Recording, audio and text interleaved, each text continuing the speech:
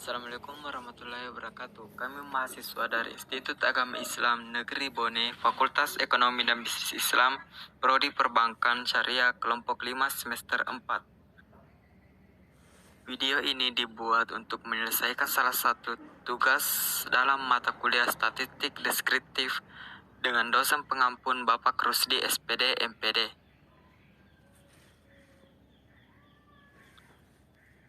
Kami dari kelompok 1 terdiri dari 5 anggota kelompok, masing-masing bekerja sama dalam memenuhi tugas dengan judul materi informasi keterangan data. Sebelum kami masuk dalam pembahasan lebih lanjut, izinkan kami memperkenalkan diri terlebih dahulu. Yang pertama yaitu saya sendiri atas nama Amsari Saldi, NIM 61206201110. Selanjutnya atas nama Mulyana, NIM 6120620201116.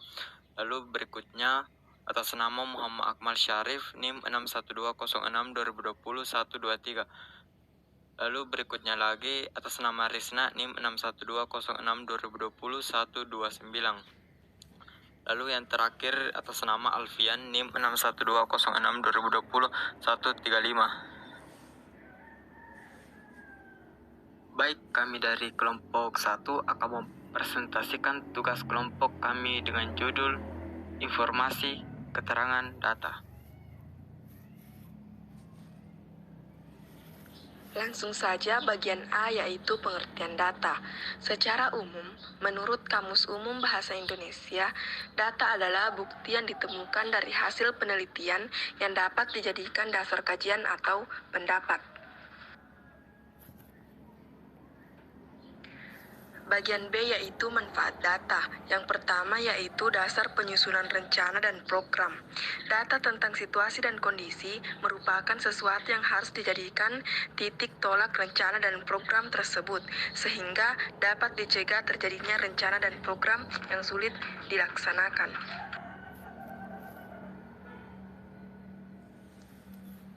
Selanjutnya, manfaat data yang kedua yaitu alat kontrol atau monitor terhadap pelaksanaan program.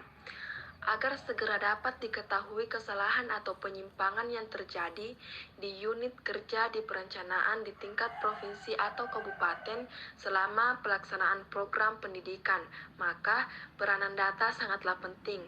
Setelah data tentang pelaksanaan program diketahui, akan dapat dengan segera dilakukan tindakan perbaikan atau koreksi. Manfaat yang ketiga yaitu dasar penilaian atau evaluasi terhadap hasil akhir pelaksanaan program. Apakah hasil akhir suatu pelaksanaan program di tingkat provinsi dan di tingkat kabupaten telah mencapai 100%, 90%, atau kurang? Untuk mengetahui hasil akhir pelaksanaan program tersebut, maka diperlukan data. Misalnya, dilakukan rehabilitas gedung SMP di Kabupaten A, maka perlu diketahui berapa sebenarnya rehabilitasi yang akan dilakukan, berapa yang telah selesai, dan berapa yang belum dilakukan untuk mengetahui rehabilitas SMP tersebut.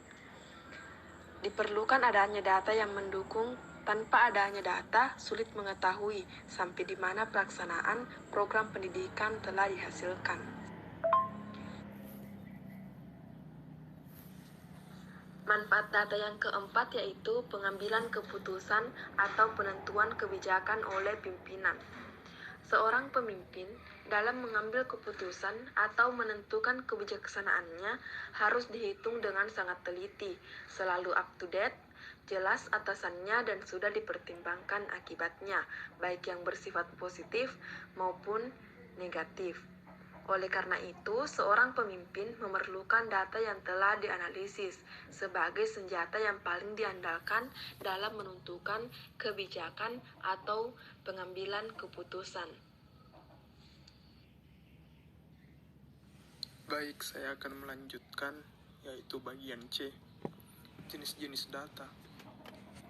Jenis-jenis data yang digunakan dalam pembangunan pendidikan di tingkat provinsi dan di tingkat kabupaten atau kota dapat ditinjau dari berbagai aspek, yaitu A. Aspek bentuk, B. Aspek sifat, dan C. Aspek sumber. Nah, Adapun beberapa aspek lagi, tapi yang cuma saya jelaskan ini cuma 3 aspek saja. Nah, yang pertama itu aspek bentuk. Jika ditinjau dari bentuknya, maka data dapat digolongkan menjadi dua, yakni data kualitatif dan data kuantitatif. Data yang kualitatif adalah data yang tidak berbentuk angka, melainkan menggunakan kalimat-kalimat, foto-foto, rekaman suara, dan gambar. Namun, data kualitatif dapat diubah menjadi kuantitatif. Contoh, data kualitatif adalah kemampuan mengajar guru mata pelajaran muatan lokal pada tingkat SMP. Jumlah siswa SMP tahun 2014 di Kabupaten Aceh Selatan makin meningkat jika dibandingkan dengan tahun-tahun sebelumnya. Nah, adapun yang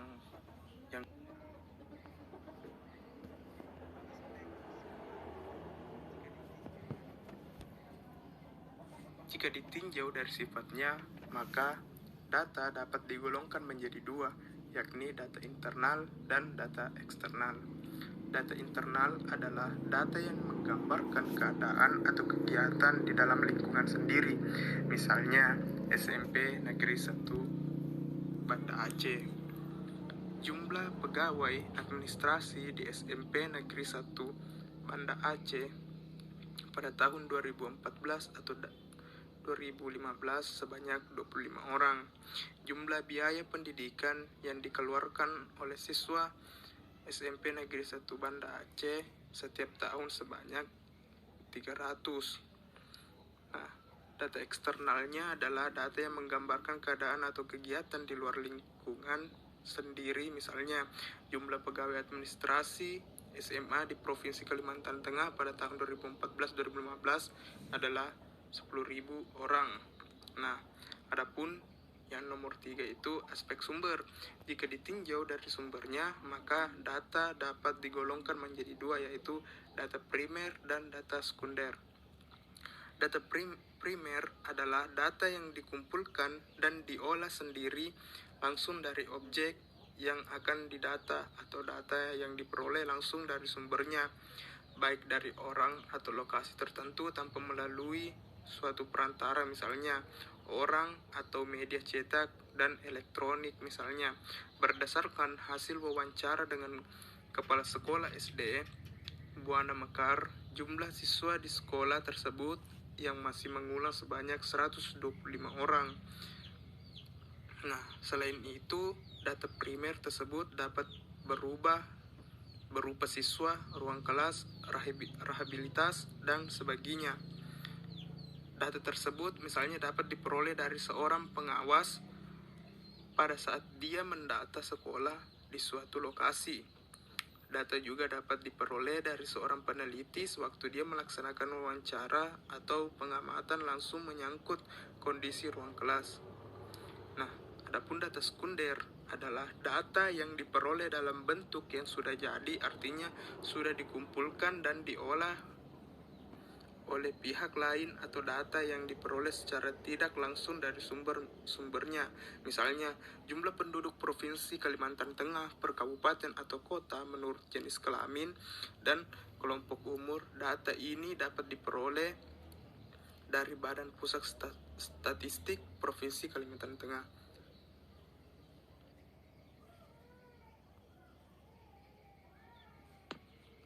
Selanjutnya, jenis data dari aspek waktu pengumpulan. Yang pertama itu data tahunan, data yang dapat dikumpulkan hanya pada satu waktu tertentu. Kemudian yang kedua, data berkala, data yang dapat dikumpulkan secara teratur dari waktu ke waktu. Kemudian dari aspek skala dibagi menjadi 4. Yang pertama data nominal, kedua data ordinal, ketiga data interval, dan yang terakhir itu data rasio. Kemudian dari aspek sebenarnya juga dibagi menjadi 2, yaitu data continuous, kemudian kedua data kategorial. Kemudian dari aspek kepentingannya juga dibagi menjadi 2, yaitu data kepentingan kebijakan, kemudian terakhir itu data kepentingan pembinaan.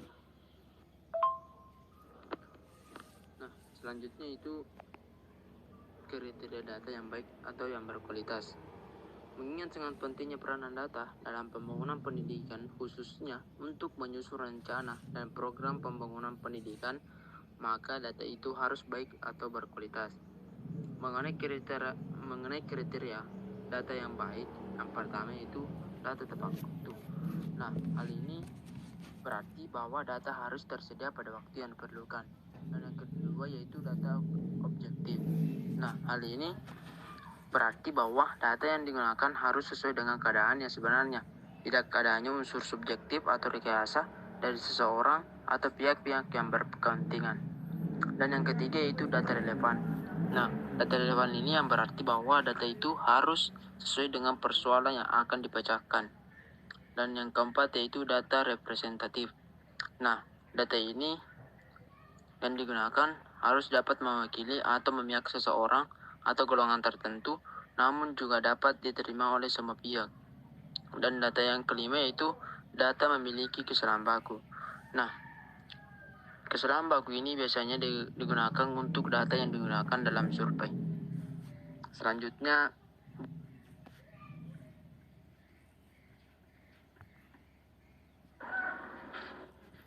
yaitu data untuk perencanaan.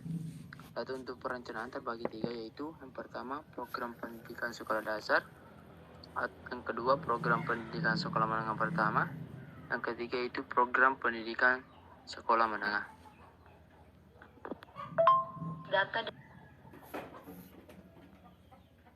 Kriteria penyusunan rencana dan program. Adapun kriteria penyusunan rencana dan program ada 5, yaitu yang pertama yaitu waktu, kedua data, dan yang ketiga sumber daya manusia, dan yang keempat kebijakan pimpinan, yang kelima masalah lainnya.